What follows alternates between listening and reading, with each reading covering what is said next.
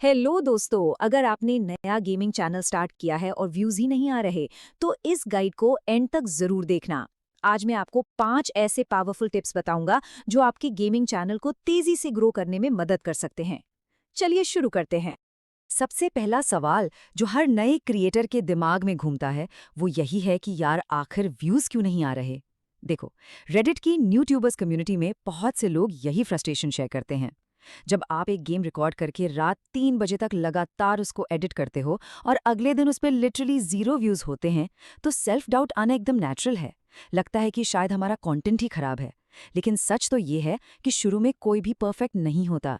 इस self doubt को हटाकर एक ग्रोथ माइंडसेट लाना पड़ेगा, क्योंकि व्यूज ना आना भी इस लर्निंग प्रोसेस का ही एक जरूरी हिस्सा है। तो आज के सेशन का रोड मैप एकदम क्लियर रखते हैं। हम इन 5 लेवल्स को क्रॉस करेंगे। पहला, एक गेम पर फोकस। दूसरा, स्ट्रॉन्ग थंबनेल और टाइटल। तीसरा, रेगुलर अपलोड। चौथा, ऑडियंस से कनेक्शन। और पांचवा, पेशेंस और इम्प्रूवमेंट। तो बिना किसी देरी के सीधा चलते हैं हमारे पहले टिप पर, एक ही गेम पर फोकस।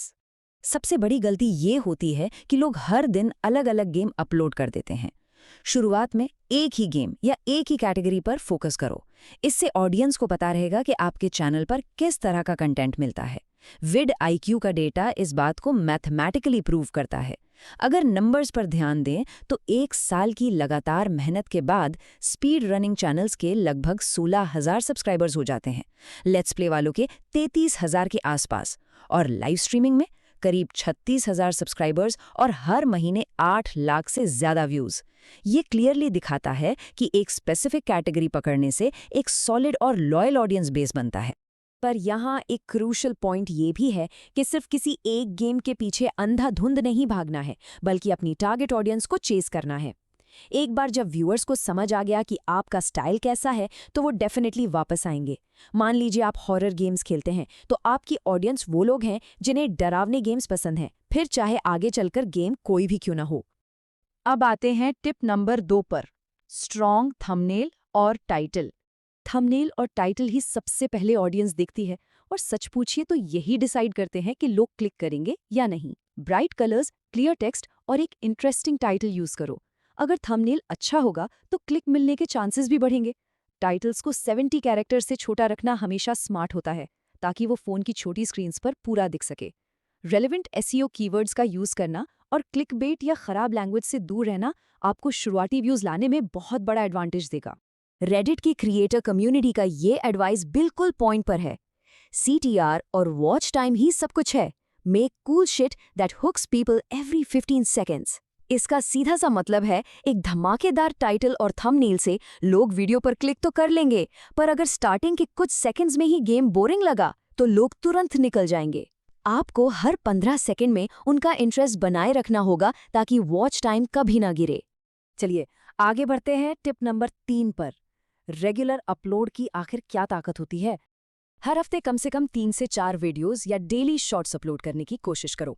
रेगुलर कंटेंट से ऑडियंस और यूट्यूब एल्गोरिदम दोनों को एक स्ट्रॉन्ग सिग्नल मिलता है कि आप एक एक्टिव क्रिएटर हो। इंडस्ट्री डेटा से शॉर्ट्स को इफेक्टिवली यूज करने का एक 4 स्टेप फ्रेमवर्क निकल कर आया है। पहला स्टेप, अपने लंबे वीडियोस से 15 से 120 सेकंड के सबसे बेस्ट मोमेंट्स निकालो। दूसरा, उनमें एंगेजिंग टेक्स्ट और ट्रेंडिंग ऑडियो ऐड करो। तीसरा, मोबाइल व्यूइंग के हिसाब से उन्हें वर्टिकली फ्रेम करो। और चौथा और सबसे जरूरी स्टेप, सारे शॉट्स एक ही दिन में डंप मत करो, उन्हें हर 2 से 3 दिन के गैप पर शेड्यूल करो। इससे एल्गोरिदम को कॉन्स्टेंटली फ्रेश कंटेंट मिलता रहेगा। और इस छोटी सी स्ट्रैटेजी का फाइनेंशियल इम्पैक्ट सुनकर तो शायद आप हैरान रह जाएंगे। डेटा बताता है कि जो क्रिएटर्स सिर्फ और सिर्फ शॉर्ट्स बनाते हैं, वो लगभग $3,000 महीना कमा सकते हैं। लेकिन जो लोग शॉर्ट्स और लॉन्ग फॉर्म कंटेंट दोनों का एक बढ़िया मिक्स बनाते हैं, वो अपनी अर्निंग्स को सीधा 8,000 से $12,000 तक मल्टीप्लाई कर सकते हैं। दोनों फॉर्मेट्स को एक साथ यूज करने का मतलब है डबल ग्रोथ और ज्यादा रेवेन्यू। अब चलते हैं हमारे चौथे टिप पर, ऑडियंस से कनेक्शन। अगर ऑडियंस को सच में अपना बनाना है, तो रेडिट पर अपवोट किया गया ये कमेंट हमेशा याद रखना। अपने गेमिंग वीडियोस पे कमेंट्री तो कर दिया करो यार। अगर आपको लगता है कि आप चुपचाप बैठकर बेस्ट गेम प्ले दिखाएंगे और हजारों व्यूज आ जाएंगे, तो सच्चाई थोड़ी कड़वी है। बिना आवाज का गेम प्ले एक इनसेनली सैचुरेटेड मार्केट बन चुका है।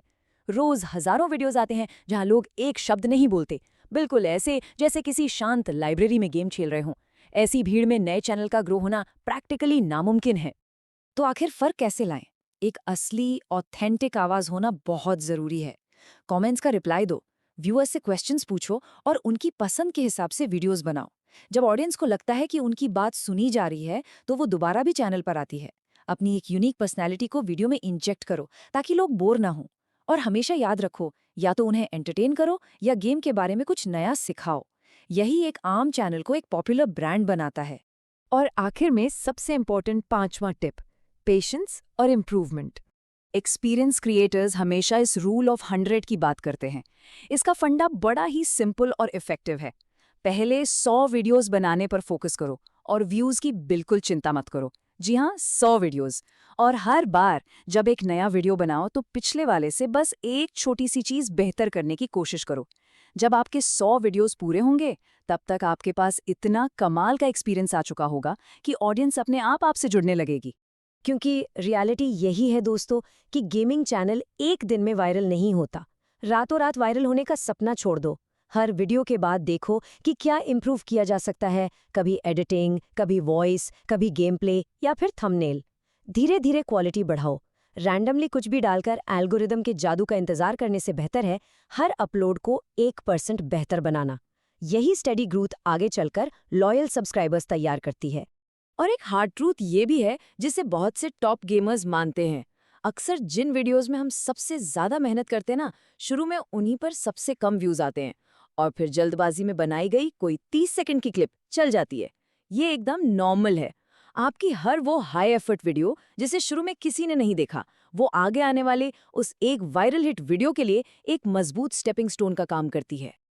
तो बड़ा सवाल अब ये है कि इन सारी स्ट्रैटेजीज और हार्ड डेटा को समझने के बाद आपके ठीक अगले अपलोड में वो कौन सी एक चीज है जिसमें आप सुधार करने वाले हैं। एक नया थंबनेल स्टाइल या बेहतर ऑडियो, जो भी हो, एक्शन तुरंत लीजिए। अगर ये गाइड आपको हेल्पफुल लगी हो तो इसे लाइक करो, चैनल को सब्सक्राइब करो और बेल आइकन जरूर दबाओ ताकि कोई भी अपडेट मिस ना हो। ऐसे ही यूट्यूब और गेमिंग टिप्स के लिए मिलते हैं हमारे अगले एक्सप्लेनर में। Thank you for watching.